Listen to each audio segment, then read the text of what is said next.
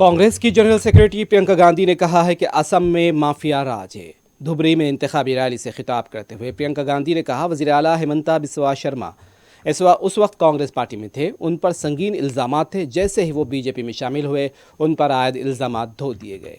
उन्होंने कहा कि बीजेपी के पास एक वॉशिंग मशीन है जहां पर बदउनवान लोगों को धोया जाता है। यहाँ के वज़ीर आला पहले शख्स हैं जो वॉशिंग मशीन में धोए गए हैं। यहाँ असम में माफियाओं का राज चल रहा है। भू माफिया, सुपारी माफिया, बालू माफिया, कोयले का माफिया, हर तरफ देखे तो वसूली और माफिया चल रही है।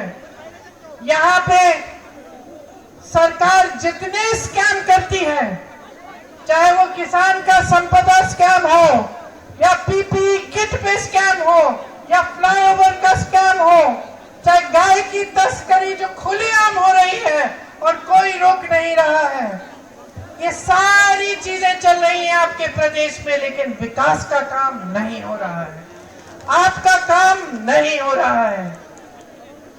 यहाँ के सीएम के खिलाफ बड़े बड़े आरोप थे जब वो कांग्रेस पार्टी में थे, तब उनके खिलाफ एक बड़ा आरोप था।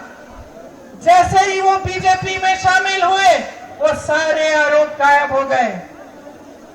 बीजेपी ने एक वॉशिंग मशीन बनाई है जिसके अंदर जिसको डालो, पहले वो भ्रष्ट कहते हैं, जो भ्रष्ट होता है दूसरी पार्टियों से लाके अपनी वॉशिंग मशीन में डाल के साफ कर देते हैं। तो ये सबसे पहले इन्होंने आपके ही सीएम के साथ किया और ये मिसाल बन गया पूरे देश के लिए कि एक तरफ ये कहते हैं कि भ्रष्टाचार हो रहा है और दूसरी तरफ जो भ्रष्ट है उसको अपनी पार्टी में ले लेते हैं और सारे आरोप सारे के सब थम जाते हैं।